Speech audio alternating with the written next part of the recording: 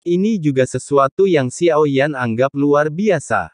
Semua orang dalam pertemuan itu sangat sopan, dan setiap permintaan setidaknya ditanggapi secara lisan, meskipun tidak jelas apakah mereka benar-benar menindaklanjutinya. 9. Apakah kau bersedia memurnikan eliksir baru-baru ini? Aku punya satu set eliksir di sini. Bisakah kau membantuku memurnikannya? Dua orang langsung berbicara. Ini adalah pertama kalinya Hua Ken menugaskan seseorang untuk memurnikan eliksir anti-inflamasi. Sebelumnya, ia menugaskan seseorang untuk menemukan roh pedang, iblis paku. Namun, iblis Ding kini berada dalam genggaman Xiao Yan. Namun, peran roh pedang ini jauh lebih dari itu. Meskipun sebagian besar waktu ia tidak aktif, tujuannya adalah untuk menyempurnakan senjata tersebut. Bagi Xiao Yan, membran paku tidak terlalu berguna, karena tidak terlalu bergantung pada senjata tersebut.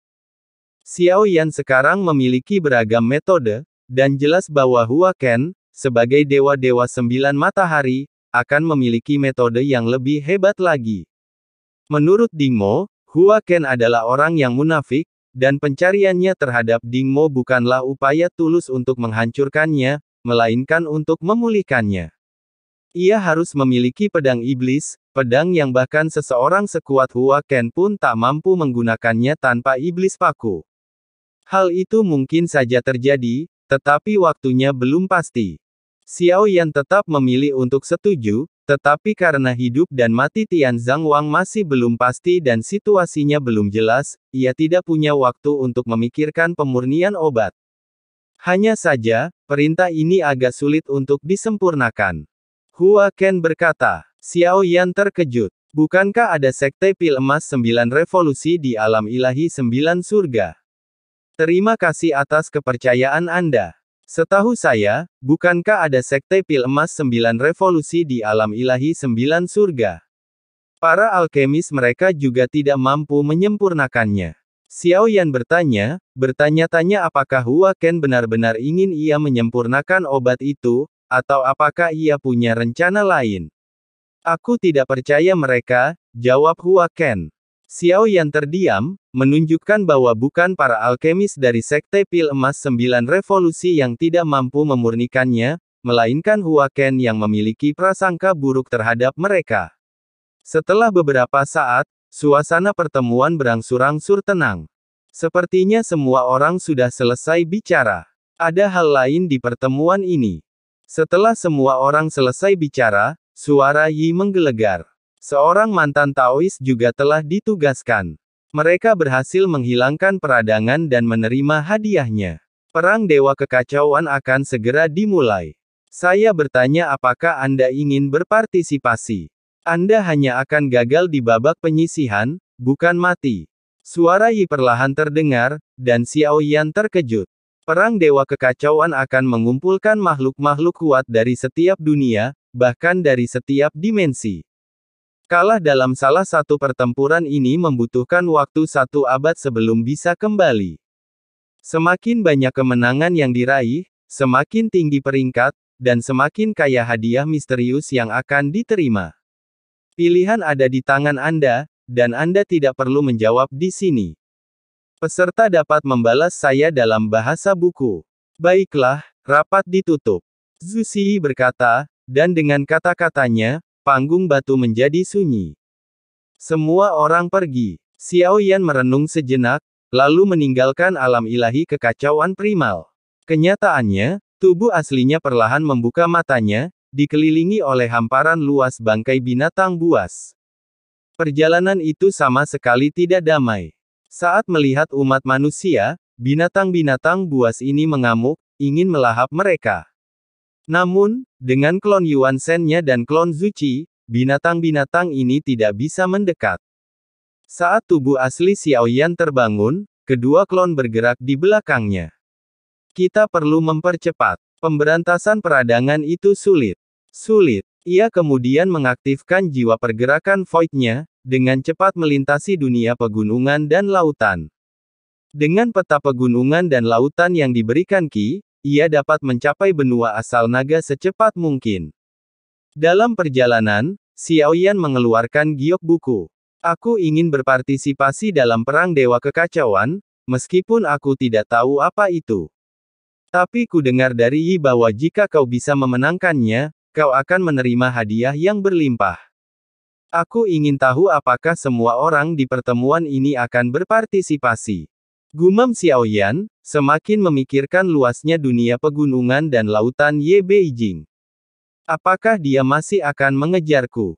Sambil merenungkan hal ini, Xiaoyan melepaskan tinjunya, melintasi satu benua dan lautan demi satu hingga lanskap yang kacau muncul di hadapannya. Saat masuk, aura di sini benar-benar berbeda. Seluruh tanah dan langit berwarna kuning tua, dan suara auman naga dapat terdengar dari waktu ke waktu. Benua asal naga tak terbatas, dan Wu Bing belum memberitahu Xiaoyan lokasi detailnya. Xiaoyan mencoba menghubungi Wu melalui domain buku, tetapi kali ini, Wu tidak muncul di domain ilahi kekacauan. Ia tidak datang. Hal ini membuat Xiaoyan mengerutkan kening, dan ia tidak punya pilihan selain melanjutkan perjalanan lebih jauh ke benua asal naga. Ia dan Long Yi terbang di atas benua asal naga yang luas, tetapi anehnya, mereka tidak dapat melihat spesies pembunuh lainnya. Kemana perginya naga-naga ini? Mereka melewati beberapa pegunungan besar, yang berisi banyak gua besar. Gua-gua itu tampak seperti sarang para naga. Tetapi tanpa terkecuali, tak ada satu naga pun di dalamnya. Xiaoyan sekali lagi memperluas alam kekosongannya, menjelajahi seluruh area dengan kekuatan jiwanya. Tak lama kemudian, ia mendeteksi keberadaan samar di bawah tanah. Tak lama kemudian, ia dan Long Yi mencapai langit. Di sana terbentang celah besar yang mengarah ke bawah tanah.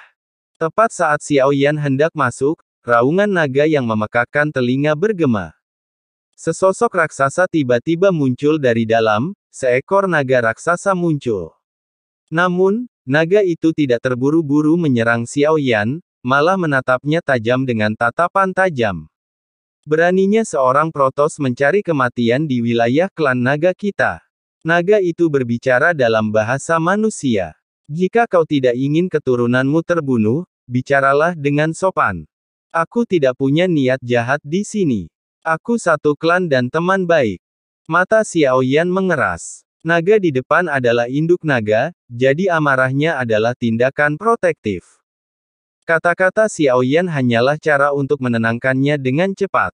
Ia hanya ingin mengklarifikasi. Apa yang terjadi dengan klan naga sekarang? Begitu suara itu jatuh, naga betina itu berubah menjadi wanita kekar dengan kulit gelap, menatap Xiaoyan. Siapa teman-temanmu di antara klan naga? Sekarang karena umat manusia di dunia Sanhai sedang menurun, apa tujuanmu datang ke sini? Wanita klan naga itu bertanya dengan suara yang dalam, aku datang ke sini untuk menemukan orang-orang, untuk menyelamatkan orang-orang, katakan saja padaku situasinya. Tanpa basa-basi lagi, aura Xiaoyan menyebar. Kekuatan wanita klan naga ini. Namun, wajah kaisar abadi itu menjadi gelap saat aura Xiaoyan menyebar. 3 klan Long, Feng, dan Jiao pergi berperang, dan pertempuran pecah di utara klan naga. Wanita klan naga itu langsung dikejutkan oleh aura kuat Xiaoyan, dan segera mengerti bahwa umat manusia di depannya luar biasa, dan tidak berani menyembunyikan apapun. 3 klan pergi berperang, Xiaoyan bergumam, lalu mengangguk. Setelah berbisik, terima kasih, Xiaoyan dan Long Yi segera berubah menjadi pelangi panjang dan berangkat, menuju bagian utara benua asal naga. Benua ini adalah benua terluas yang pernah dikunjungi Xiaoyan. Luasnya setidaknya 10 kali lipat benua lain, dan vitalitasnya yang kaya begitu melimpah sehingga menjadi rumah bagi naga-naga terkuat.